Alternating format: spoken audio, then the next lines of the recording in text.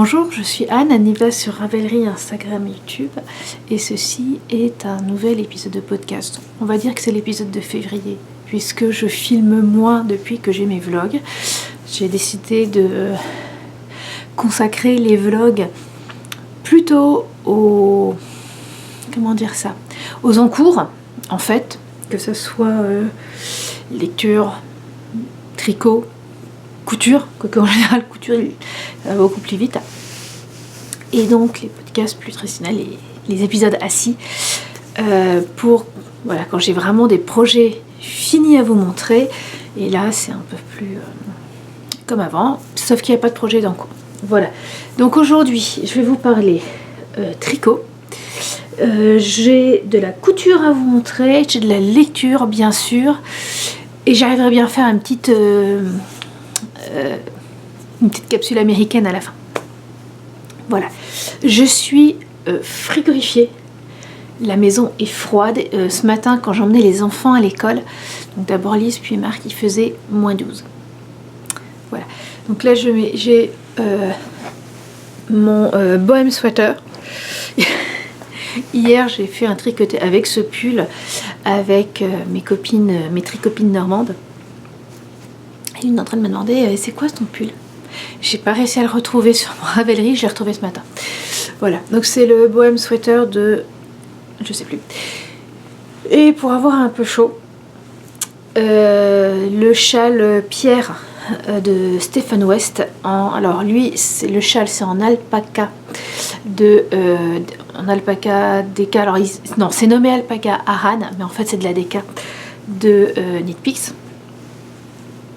Et pour le pull, la grise, c'est la laine des Andes de Knit Picks aussi, alors que la bleue foncée, c'est de la Cascadia.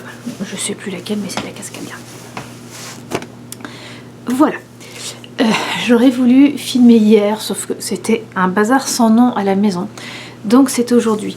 Et aujourd'hui, en fait, je vais filmer parce que niveau tricot, il y a une actualité brûlante, on va dire ça comme ça, puisque j'ai eu la très très grande chance de tester tous les modèles d'un livre de chaussettes qui sort aujourd'hui. C'était en avril, je crois. Elodie du compte Tête en l'air sur Instagram a demandé des testeuses pour un projet très secret. Et si on voulait en savoir un peu plus, il fallait envoyer un mail. Et j'ai dit, tiens, ça a l'air intéressant. Et en fait, elle proposait avec Émilie... alors, je crois qu'à un moment, son blog s'appelait Une Parisienne en Suisse. Quelque chose comme ça. Aujourd'hui, son Instagram s'appelle Émilie Drouin Content Biz. En plus, j'ai un peu le nez pris, donc c'est vachement facile à dire. Excusez-moi. Et donc, elles allaient faire un livre pour tricoter les chaussettes. Et Émilie avait proposé il y a quelques années un cal sommelier de la chaussette. En faisant, l'idée c'était de tricoter 7 chaussettes avec 7 méthodes différentes, une en dentelle, une en jacquard, une en côte, etc. Et donc en fait elles ont repris cette idée pour proposer 7 patrons. Alors, j'ai un peu raté mon boulot de testeuse. Parce que quand j'ai dit oh oui, moi, très gentiment elles m'ont prise, on était 4 à tester, et donc l'idée c'était, le deal quelque part, c'était de tester une chaussette de chaque avant mi-juillet pour qu'elles puissent valider leur patron et envoyer à l'éditeur, et de finir les 7 paires de chaussettes avant la sortie du livre. Et là, ils disent oui, fin mars. Et en fait, début janvier, on a appris que le livre sortait un peu plus tôt. Alors, ce que d'un point de vue éditorial, je comprends, mais alors à 100%, même au-delà, parce qu'on va pas se mentir, on a plus envie de tricoter des chaussettes en janvier qu'en mars. Là, en plus, nous, là, ça fait, je vous dis, il fait -12. On vient d'avoir 2 jours de neige, donc on a 8 bons centimètres de neige dehors. Il y a un énorme soleil, mais c'est glacial. Et oui, on a juste envie de porter 3-4 paires de chaussettes et de tricoter ça. Voilà, donc je comprends tout à fait, sauf que, ben, voilà, comme en plus on l'a appris début janvier, j'étais un peu... alors j'ai bien essayé de tricoter toutes les chaussettes qui me manquaient, sauf que au bout de la 4e, mon poignet a dit non, tu déconnes complètement.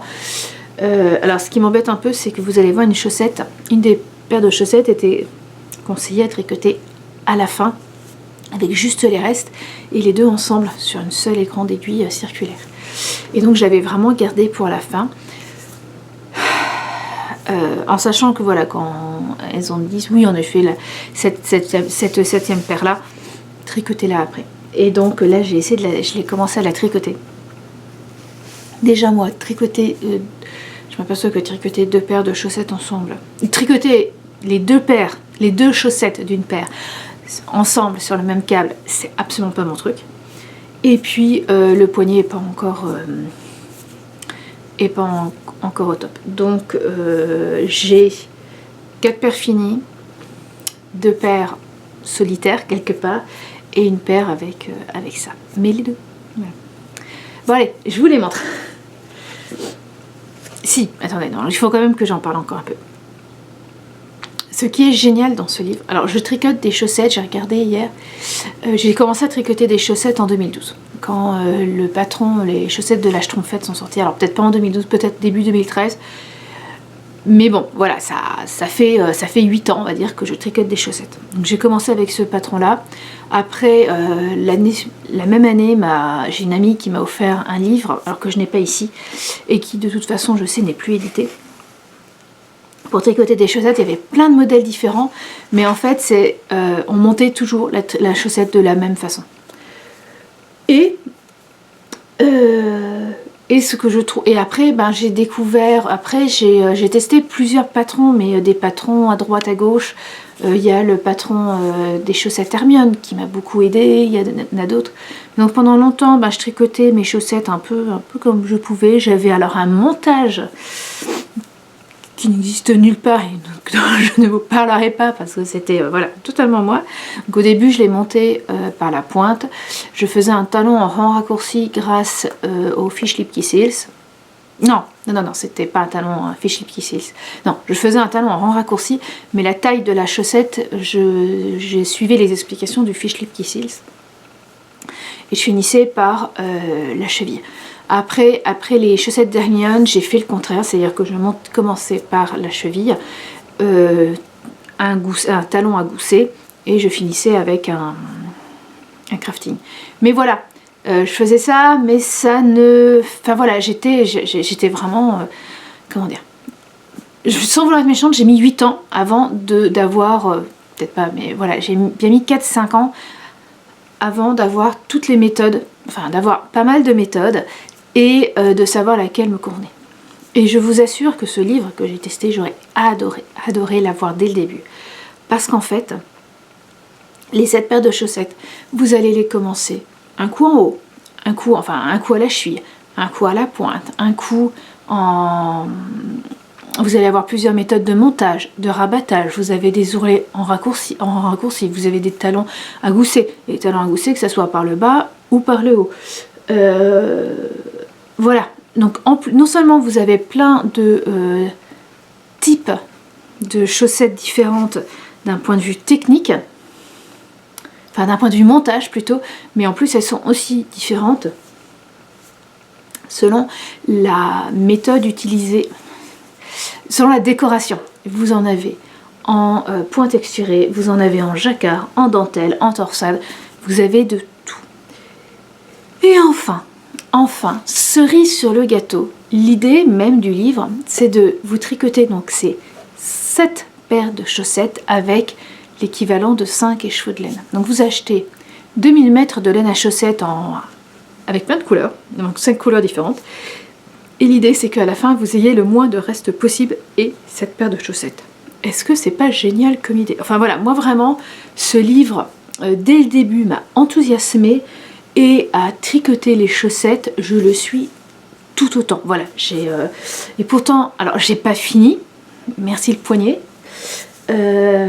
mais parfois il y a une petite voix dans la tête qui me dit Et si tu les refaisais avec d'autres laines, hein, avec des belles laines, des laines teinte main, ça te dirait pas, là, on se les tente. J'ai 18 paires de chaussettes, j'en mets quasiment pas, donc tu te calmes un peu. Mais pour vous dire à quel point ça m'a plu, parce que tricoter plusieurs fois les mêmes, je fais très rarement. Allez, je vous montre, enfin, après cet énorme blabla, les différents modèles, quoique quand vous l'aurez vu, enfin voilà, si vous me suivez sur Instagram, j'ai mis toutes les photos. Alors, la chaussette du lundi. Tiens, on va commencer par là. La chaussette du lundi, c'est une chaussette texturée avec un jeu de maille en droit à maille envers. Donc super simple. C'est une chaussette qui se commence par le bas. Alors là, vous avez... Non, c'est juste un petit... Qui se commence par le bas, qui est avec un gousset. Et la place du gousset est expliquée. Un talon en rang renforcé et contrasté. Et puis après, la cheville. Alors, la seule chose que je pourrais reprocher au livre, c'est que toutes les... la plupart, c'est des côtes 1-1. Toutes les côtes sont des côtes 1-1, sauf une, parce que bon, celle-là est un peu particulière.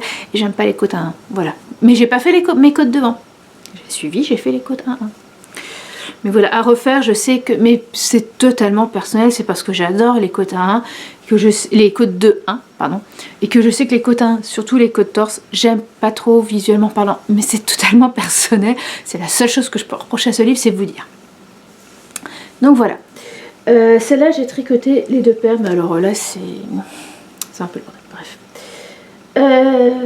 La deuxième paire, alors si je me trompe pas, je crois que mardi, hop, c'est une chaussette à torsade. Voilà. Et alors, celle-là, elle m'a... Comment dire? Il n'y en a qu'une. Là, je me dis, je me la garde pour la fin, là, parce que quand j'aurai... j'ai eu du mal à commencer. Alors, il faut dire que je l'ai commencé... Quand j'ai commencé celle-là, on regardait avec les enfants... comment ça s'appelait? Band of Brothers. Alors, on a commencé, c'était au printemps. Je me dis, tiens, allez hop, histoire. On va regarder Band of Brothers. Donc d'abord, celui qui se passe en Normandie, la série qui se passe en Normandie, il y a 8 épisodes, 10 peut-être. Et après, il y en a un autre où c'est la même chose, mais... Enfin, la même chose. L'idée est la même, et dans le Pacifique. Et celui-là, c'était dans le Pacifique, et j'avais du mal à suivre. Je sais pas pourquoi, voilà. Je sais que je l'ai recommencé. Et puis au bout d'un moment, c'est allé. Et c'est vrai qu'elle est superbe. Alors, un chouï serré pour moi. J'aurais dû la faire avec des aiguilles plus grosses. Mais quand j'en ai parlé avec ma maman, elle a mis une option de récupération sur cette paire-là. Mais c'est vrai qu'elle en jette, quoi. Elle en jette vraiment. Je reviendrai à la fin sur les laines que j'ai utilisées. Alors celle de mercredi... Et ben c'est celle qui a à peine commencé puisque c'est celle des restes.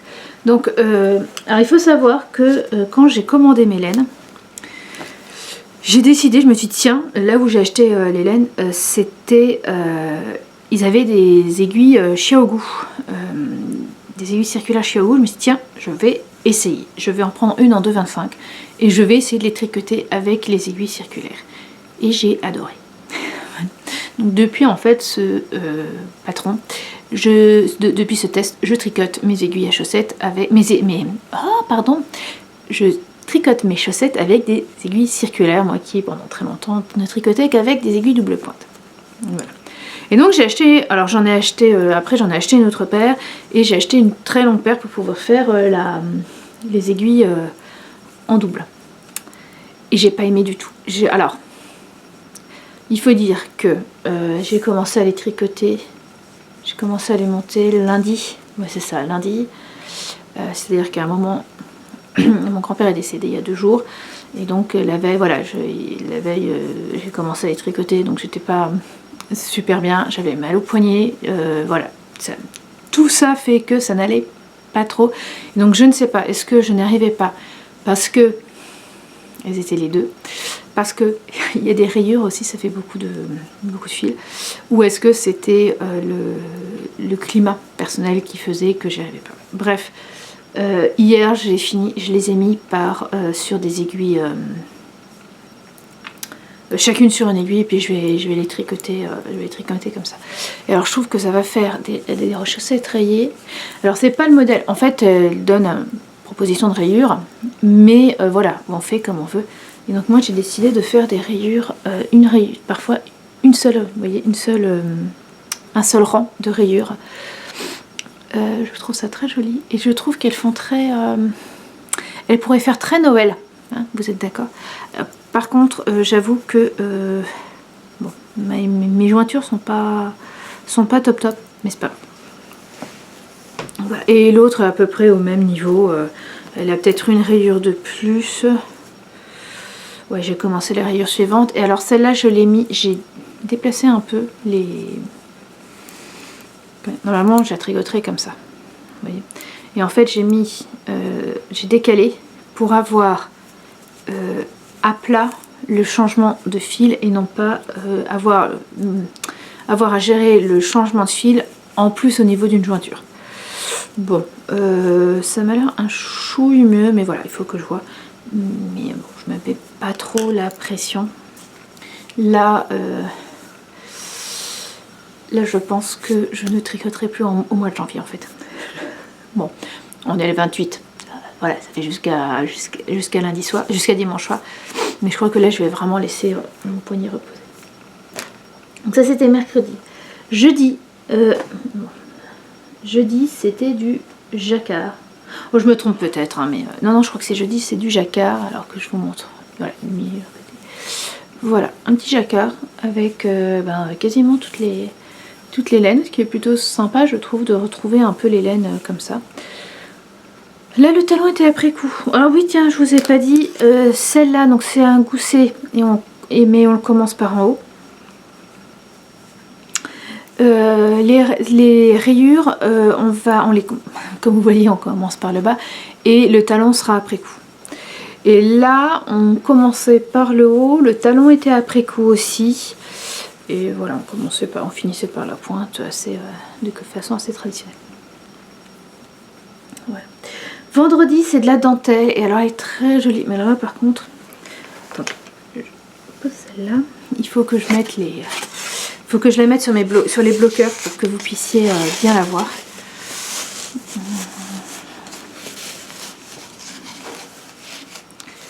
Voilà.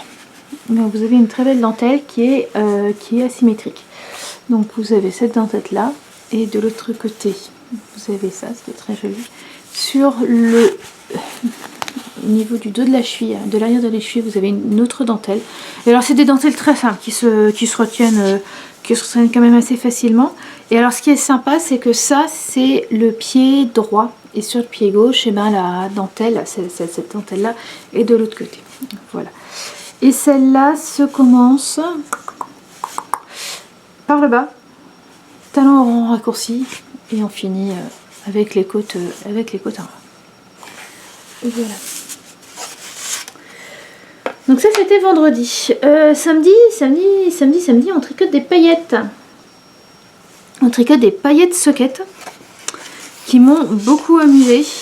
Et alors celle-là, je me rappelle aussi, je l'ai tricotée quand on regardait Autant n'emporte le vent avec les enfants. Toujours au printemps. Et j'aime beaucoup. Alors celle-là, on commence par la pointe, et c'est une pointe un peu différente. Je vous laisse découvrir. Et donc c'est quand même aussi une petite dentelle. Alors pourquoi paillettes? Parce qu'il était recommandé d'utiliser de la laine à paillettes avec stellinage dessus. Alors moi, j'avais pas de laine à paillettes. Et ce que j'ai décidé de faire, c'est de rajouter un fil métallisé brodé, un fil métallisé à coudre, ce qui permet en fait d'avoir de la laine pailletée. J'ai acheté une petite bobine qui était de 283 mètres, hein. C'est précis, hein. Et en fait, je suis tombée en rade de fil métallisé sur la deuxième chaussette au niveau de... alors, c'est pas des côtes puisque c'est un ourlet en dents de chat, mais donc c'est juste avant tous les trous où je me suis dit bon, de toute façon ça se verra à peine, déjà la moitié, toute cette partie là après les trous on la replie, donc voilà. Et puis c'est pas quelques rangs, 3-4 rangs au niveau de ma cheville qui vont faire une grosse différence. Je suis même pas sûre qu'on le voit. On voit peut-être qu'en haut c'est un peu moins pailleté. Mais voilà, sachez qu'une seule bobine vous permettra de tricoter ces 2 sockets. Voilà, je sais pas trop quand je la mettrai celle-là, mais je trouve très amusante à faire. Là aussi, c'est une petite dentelle et alors super simple à retenir. Hein. Là, c'est vraiment super simple à retenir. Et enfin, on finit avec dimanche avec une paire de chaussettes de yoga. Voilà, donc là c'est sans pointe et sans talon. Alors ce que conseillait Elodie, si on faisait pas de yoga, c'était de les mettre en surchaussettes. Voilà, pourquoi pas. Alors moi je sais que quand j'ai froid aux pieds, c'est surtout la pointe. Donc à voir. Je sais pas. Je fais pas de yoga. Voilà. Mais voilà, c'est amusant à faire. Alors de mémoire, parce que celle-là, je ne l'ai pas fini. Je n'ai pas fait la deuxième. C'est de la... Je sais plus si c'est pas des brioches, c'est des côtes anglaises. De mémoire. Voilà. Et donc, alors je peux pas vous montrer, comme je les ai pas finis, c'est dommage parce que je peux pas vous montrer, mais je pense vraiment qu'il ne me reste pas grand chose. Alors par contre, un gros conseil.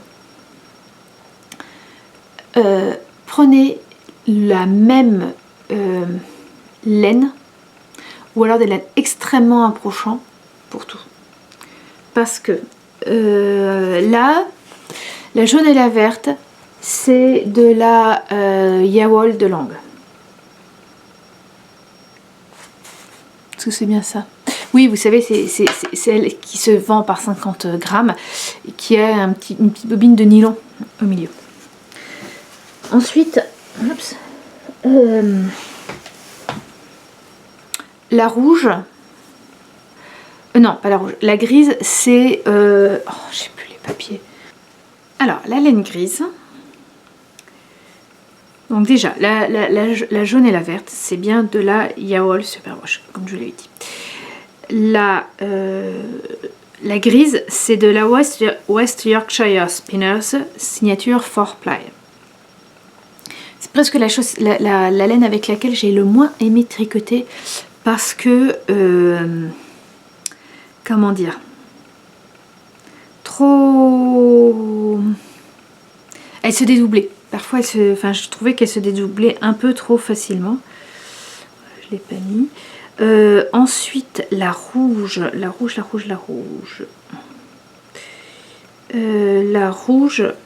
c'est de la Plymouth Yarn Happy Fit 100. La rouge elle est là. Et alors elle, j'ai trouvé quand même qu'elle était plus épaisse que les autres. Voilà, pas de beaucoup, mais voilà, il n'y a pas tout à fait la même texture. Et enfin la blanche, donc celle-là, c'est de la Lamy Yarn Running Solid. Voilà, que j'avais acheté en fait, quand j'ai commencé, j'avais juste ces chaussettes, ces laines-là. Cette laine-là, voilà. Et vraiment à refaire, je pense que, je vous conseillerais de prendre de la laine 5 couleurs d'une même... comment ça s'appelle, ouais, d'une même qualité, ou alors à la rigueur si vous partez sur des laines de teinturiers indépendants, ce qui peut être quand même vachement intéressant parce que vous avez des laines, comment ça s'appelle, là vous savez qu'il vous reste quasiment plus rien parce que parfois les chaussettes on utilise rarement 100 grammes et donc on a des restes. Au bout d'un moment on sait plus quoi en faire. Avec vu le nombre de paires de chaussettes que j'ai fait, je peux vous assurer que j'ai des restes de laine et je sais pas trop quoi en faire. Et oh putain, pardon, j'ai les mains gelées. Je les ai mises là, j'ai les mains gelées. Là, vous avez très peu de restes, donc ça peut être intéressant d'acheter 5. Alors c'est vrai que c'est un budget, hein. Je vais pas dire le contraire, mais voilà. Mais en tout cas, je vous conseille de prendre plutôt les mêmes types de laine et de pas faire trop ce que j'ai fait, de pas trop piocher à droite à gauche. Voilà. C'était franchement une belle aventure. Je suis juste déçue, mais de ma part, d'avoir reculé le moment où j'allais m'y remettre vraiment. En fait, quand j'ai fini les 6 premières, je me suis dit ok, c'est bon, là, c'est l'été, je vais faire autre chose. L'automne, c'était Lititch, et comme il faut montrer des photos, que c'était un projet secret, j'ai préféré ne pas le faire. Après, il y a eu les cadeaux de Noël, et puis quand je m'y suis mis, c'était beaucoup plus court, et j'ai le poignet qui n'a pas plu. Voilà pour le tricot. Je vais les finir tranquillou, mais par contre je vous les remontrerai pas. Voilà, clairement je ne vous les remontrerai pas. Voilà, on passe à la couture. Et alors pour la couture, j'ai 2 jupes à vous montrer. Alors la première, je l'ai montrée sur mon vlog, j'en avais déjà parlé.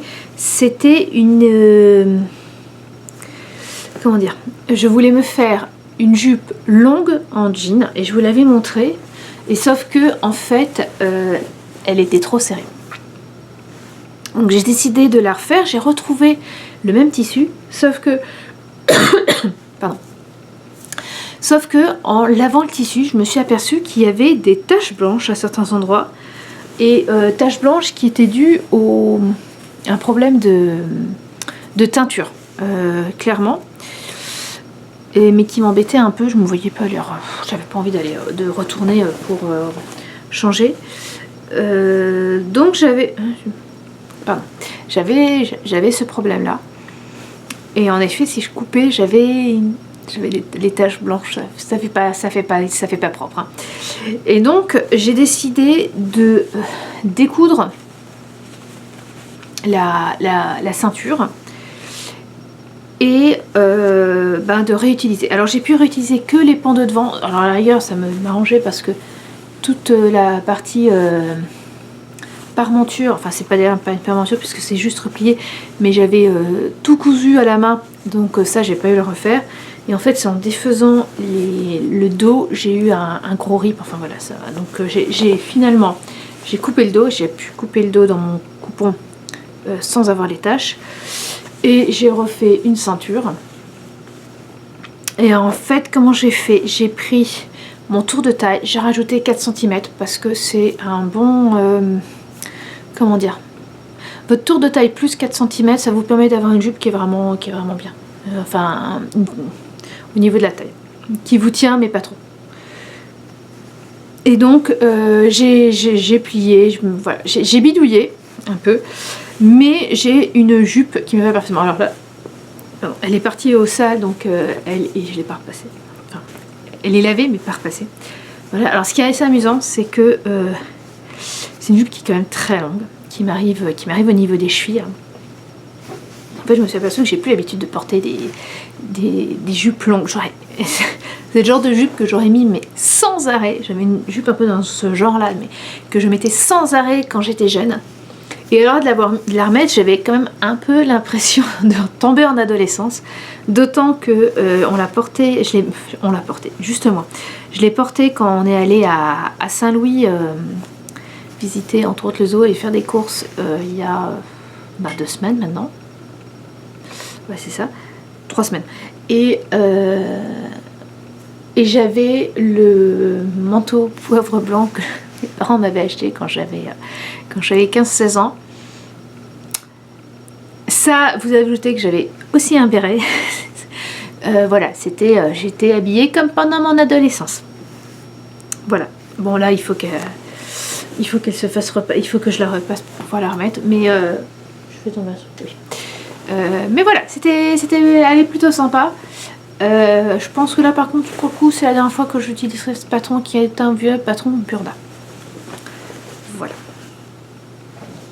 Ensuite, j'avais acheté, en même temps que le jean, un coupon de velours Milleray rouille dans l'idée de me faire une jupe. Alors au début je m'étais dit je vais faire la même jupe, et puis en fait on est réfléchi, après avoir mis celle-là je me dis bon non, celle-là elle est un peu longue quand même, en fait je mets plus des jupes aussi longues que ça, et en fait plus ça allait, plus j'avais une idée extrêmement précise de ce que je voulais, c'est-à-dire une jupe avec des boutons pas trop longs qui arrivent aux genoux, peu de choses près, et idéalement des pans.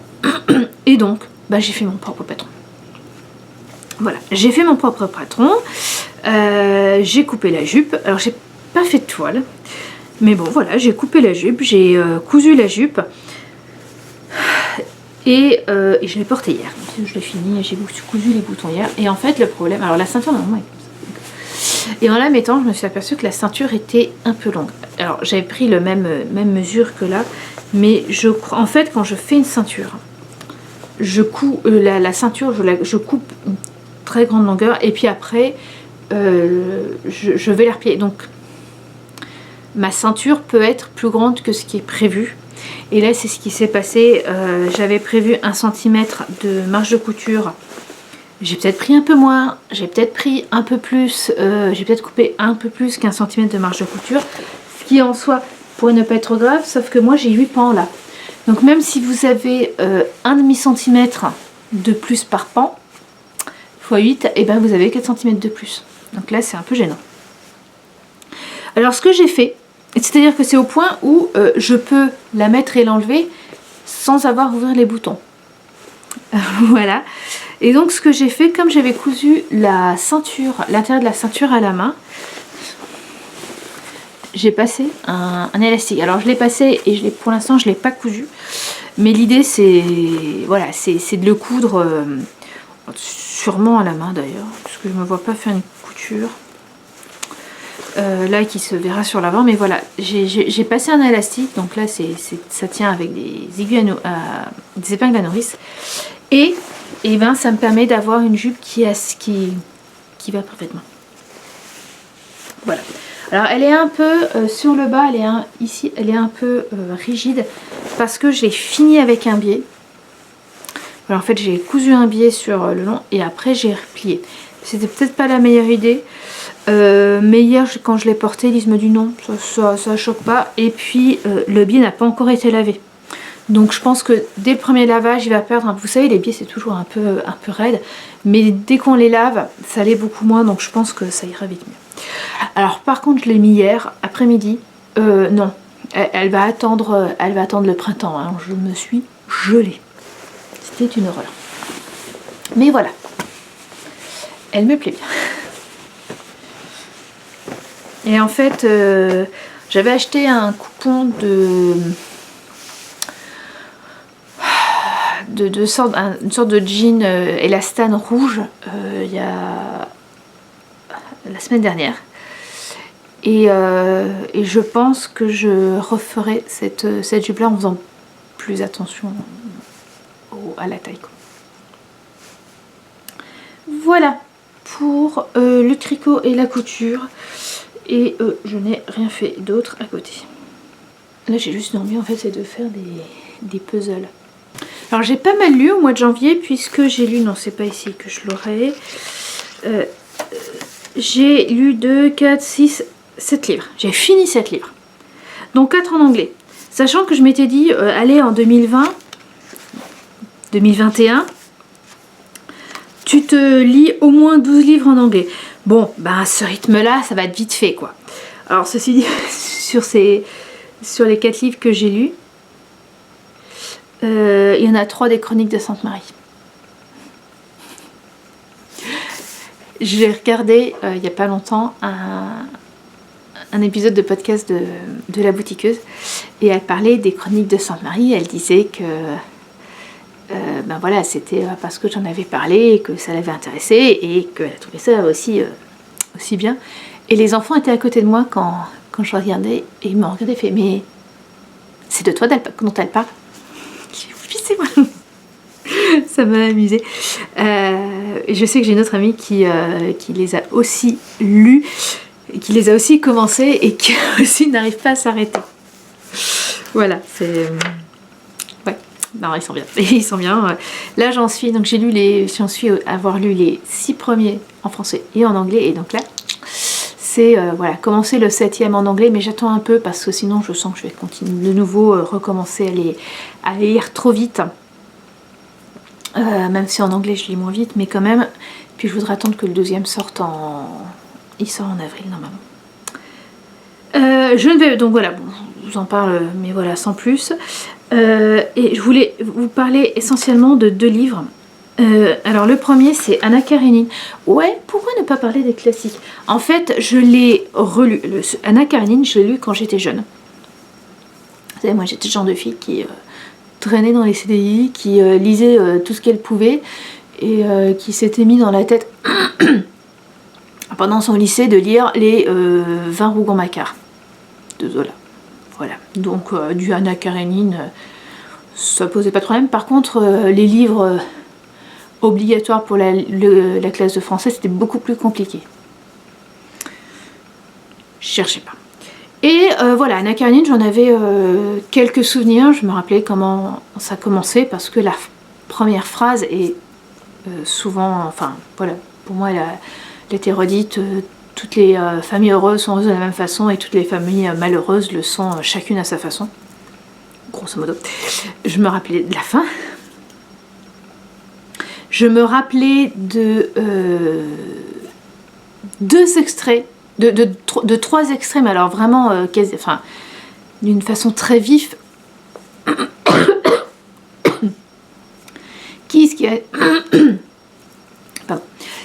Alors, donc je me rappelais de 3 extraits, mais de façon extrêmement vive, oui, d'une façon très, enfin, oui, je me rappelais vraiment. Et ce qui est amusant, c'est que ces 3 extraits concernaient la maternité et enfin voilà, ce qui se passe autour de la maternité à une époque où je ne m'imaginais même pas avoir des enfants. Voilà, bref, c'était assez amusant. Et donc, je l'ai relu là, grâce à Sarah du compte YouTube et Instagram Mrs. Boukiamande, qui a proposé un challenge qui s'appelle l'empoche classique. Et l'idée, c'est de lire 12 classiques pendant l'année, un par mois, et en fait de faire une lecture commune. Et sur les 12 classiques, j'en avais lu que 2. Donc Anna Karénine, et puis en mai... Les 4 filles du docteur Marchand. Bon. Mais je ne le relirai pas. Mais voilà, je me suis dit, tiens, pourquoi ne pas relire Anna Karénine? Et j'ai été mais super surprise. Alors déjà, il faut dire que je l'ai pris sur ma Kindle en version... je l'ai pris sur ma Kindle en version gratuite. Donc, une vieille traduction qui datait... grosso modo de quand Tolstoï l'a écrit, donc fin 19e. Et malgré ça, la langue était extrêmement moderne. Enfin, c'est des phrases quand même relativement courtes. On s'ennuie pas, quoi. Les chapitres sont courts et la langue est très moderne.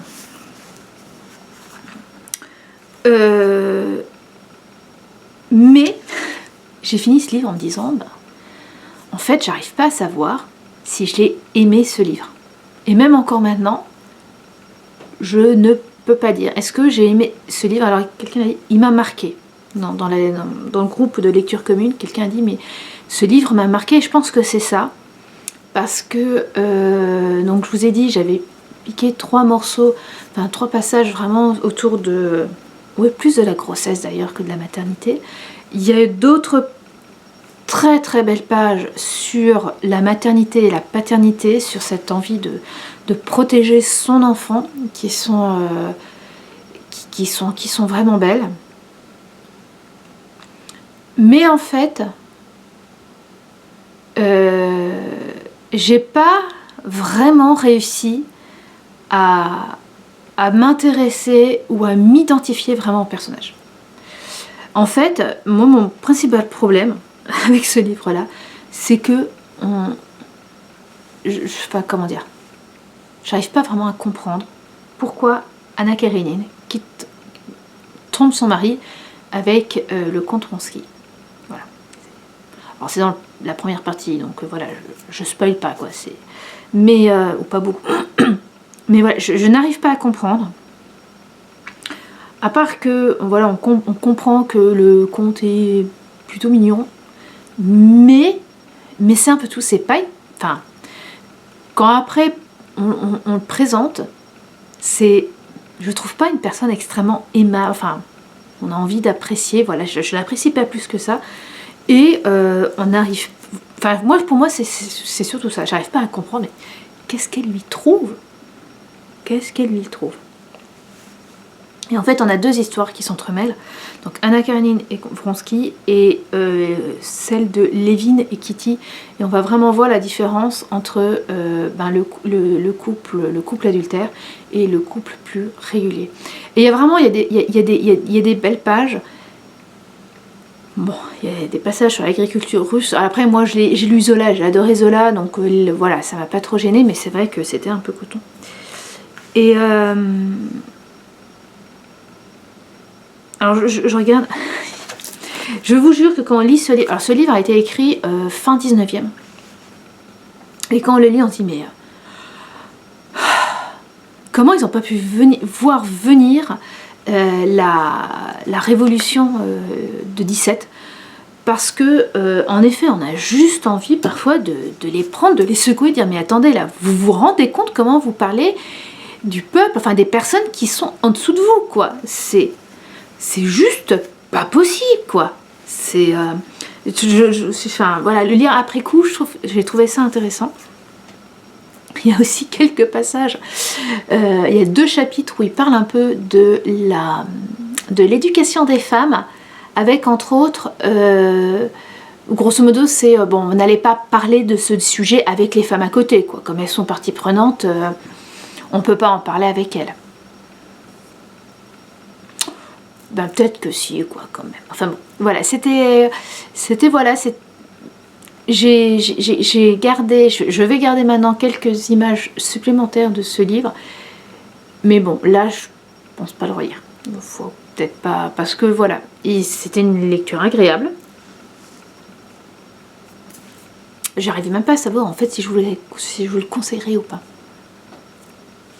Voilà, je l'ai fini, et j'arrivais pas à le lâcher, hein. Quand je le commençais, j'avais beaucoup de mal à me lâcher. Heureusement qu'il y a eu la lecture commune, parce que sinon je crois qu'à un moment j'aurais enfilé, je me serais enfilé plus de la moitié, puis après j'aurais réabandonné, parce qu'il y a un moment où voilà, ça m'a moins plu.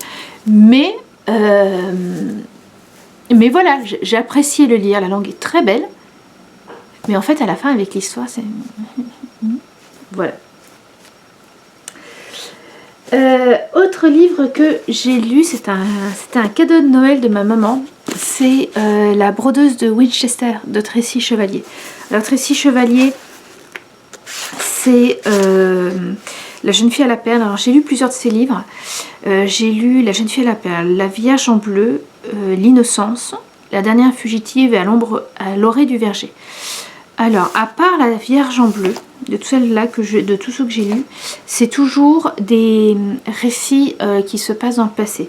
La Vierge en bleu, il y a une double temporalité. D'ailleurs, La Vierge en bleu est un peu bizarre. Et c'est vrai que c'est une auteure que j'aime bien. Elle prend toujours une jeune fille ou une jeune femme au début, qu'on sent, voilà, qu'il y a déjà une étincelle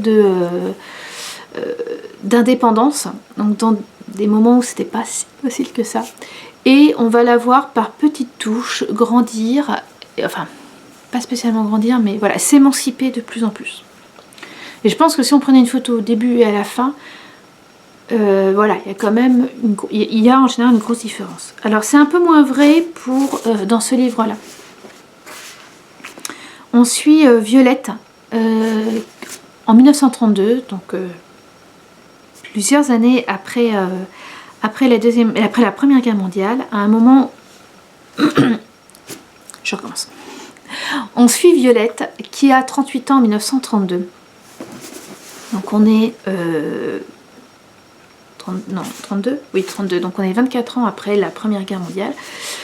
Et pendant cette guerre, elle a perdu un de ses frères et son... je vais arriver, excusez-moi, son fiancé. Donc elle est vieille fille. c'est une dactylo, son père vient de décéder et elle ne supporte plus de vivre avec sa mère et donc elle part à Winchester pour travailler. Donc quand on la découvre, ça c'est déjà depuis quelques mois, voilà, elle travaille à Winchester, elle vit dans une pension et c'est pas tous les jours facile parce que petit salaire et voilà. Et puis un jour elle est dans la... Elle visite la cathédrale et elle découvre que des personnes brodent les agenouillats et tout d'un coup elle décide d'y aller. Et donc elle se met à broder et donc à découvrir d'autres personnes. Il y a plein de choses, voilà. Et ça va être un peu le début. Et donc on va la voir petit à petit devenir, alors pas devenir de plus en plus indépendante parce qu'elle l'est déjà, mais de plus en plus assurée de ce qu'elle a envie de faire et de moins prêter attention à ce que disent les autres. Voilà, je crois que il y a ça, il y a aussi une partie du qu'est-ce que être fille et être mère. Il y a aussi tout un passage, non, il y a une autre histoire à côté sur l'homosexualité féminine à cette époque-là qui est assez intéressant, qui là aussi l'aide à prendre de plus en plus d'assurance. Voilà, en fait c'est ça. Les romans tracés chevaliers, ces héroïnes prennent de l'assurance au fur et à mesure. Voilà.